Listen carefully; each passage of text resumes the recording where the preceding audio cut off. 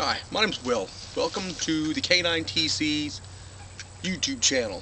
Um, I'm recording this video and a series of other videos to kind of give a basic understanding of bug out bags and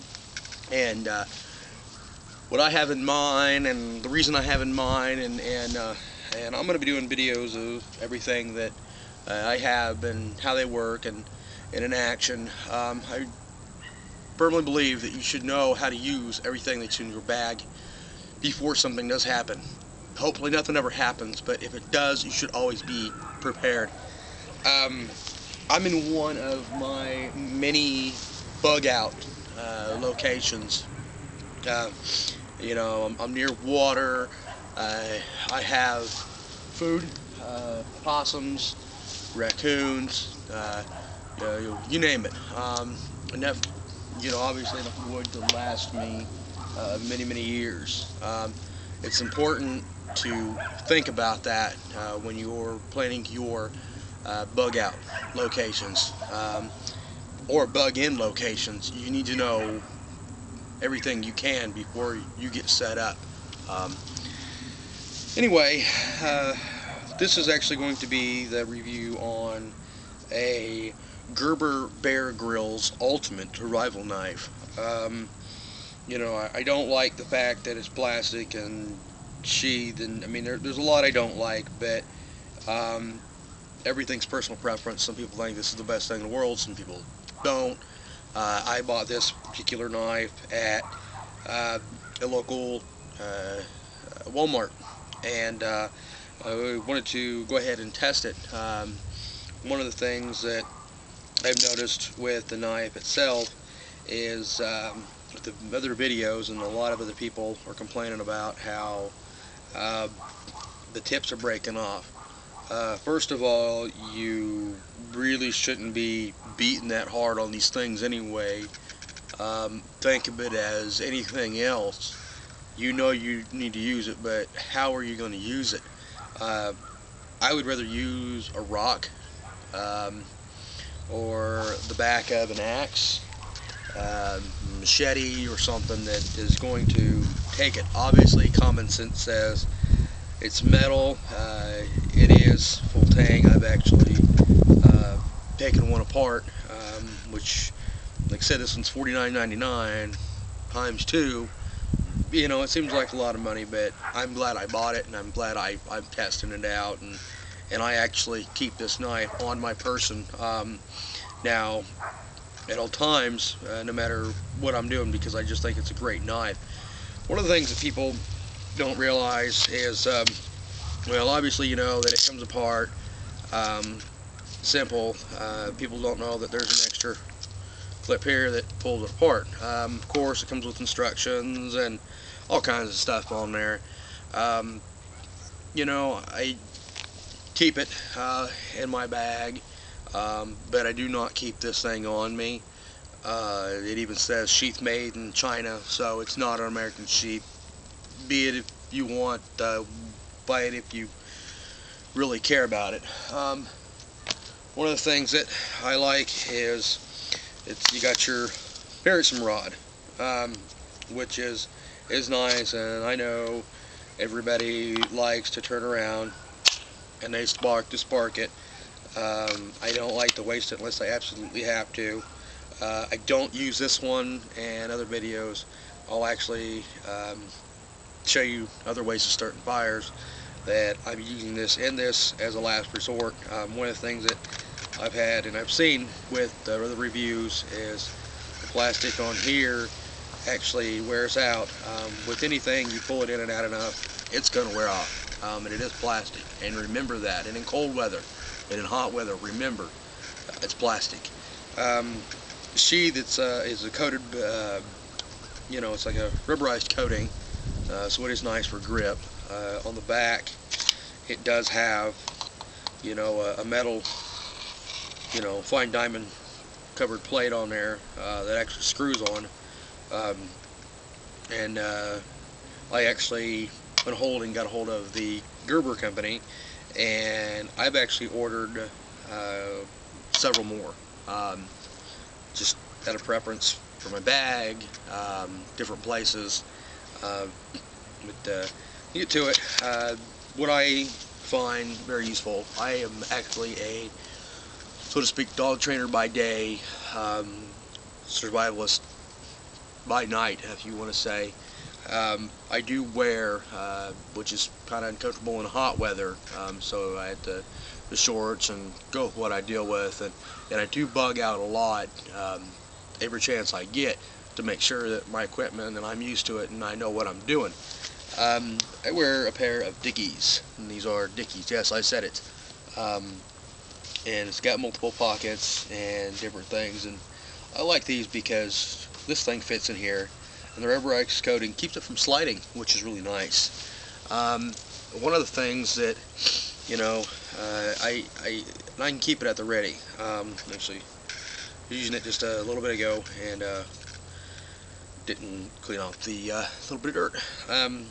But if you can see this, I don't know if you can see that on there or not. It is used. I do use it a lot. One of the things that I'm going to show you here is with the handle and how to use it to process wood. Now, I recommend a nice sturdy, stump. This one actually is not attached to the ground. It is movable, so if I need to move it anywhere I need to, I can. Another thing I like about it is, well, it's got a good solid blade. I've used this actually as a skinning knife, and it works great. This thing holds an edge like you wouldn't believe. It's got the holes, and to use as a spear, I haven't used it as a spear, but I have traps and snares and etc., so I don't really haven't had experience that yet. And overall, maybe I just got a good couple of knives. But on the top of the blade here, it's thick, and I love the way that it's thick, but it tapers down, and it's got an edge on both sides. So what it does, it's like it splits the wood, and it really helps a lot. I'm going to give a demonstration. I've got, of course, the squared off corn knife. Also got more machetes. But you should always keep your blade oiled. You should always keep it sharp, and you should always take care of your equipment. That is the #1 thing with equipment. You take care of your knife, and it's going to take care of you. Be careful, because they're always sharp. This one it's pretty much razor sharp, and I've had experience. Well, here's a log that I'd split in half. For example, I'd actually use this, but when you take it, make sure whatever you're getting, make sure it's going to be longer than the blade that you're working with. When you grab it, you want to grab up front here, and it helps from slipping. And that way you've got a good grip on your blade. Now, turn around here, and I'm not sure if this is going to work here, because with this here, I'm just going to use it because I just grabbed something at random. Now, it seems pretty sturdy. It's not too rotten, it's dried out. What you're going to do is you're going to hit, not the very tip of the blade, you're going to hit about where it starts to get thin. I'm going to back up here, and you're going to bag it, you're going to hit it just a good solid whack.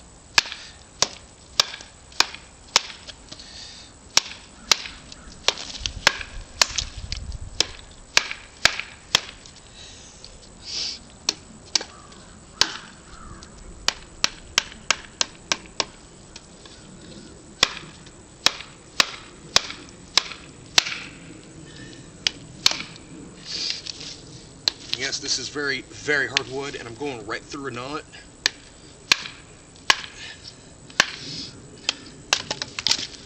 On purpose. You can split it again if you want. I'm not going thinner for the video. Here is a part of a 2x8, something like that, and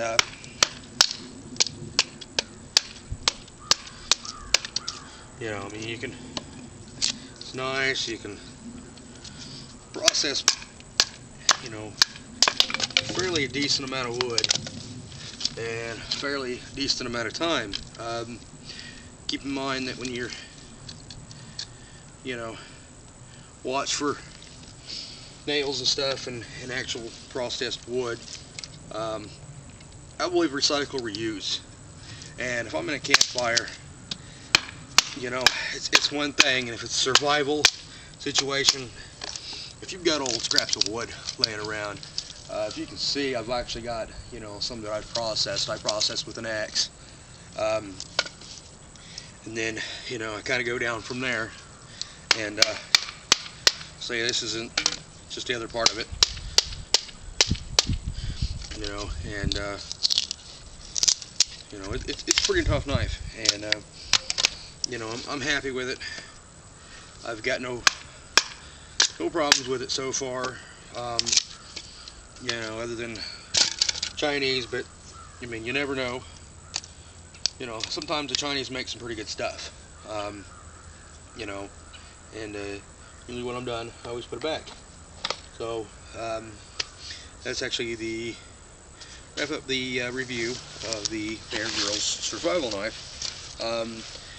Yes, it did come with a whistle, and yes, I just tossed it off to the side. I've got a whistle, and I've been burned myself, and I'm not about to turn around and start begging for help. If shit really does hit the fan, I'm not even going to worry about it. But I do have one if I really need to. It's got a compass, storage, but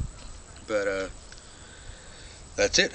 The Bear Grylls Ultimate Survival Knife, and I really believe that everybody should buy one and test it out, use it, know what you're doing with it, keep it sharp, put it in your pack, and you know, it's a good handleable size. It's for like I said, processing wood and processing meat,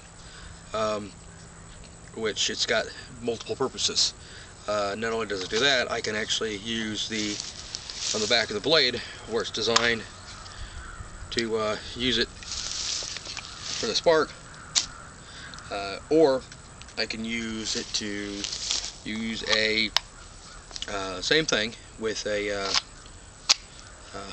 magnesium bar, so which is really nice to have. So I hope this helps.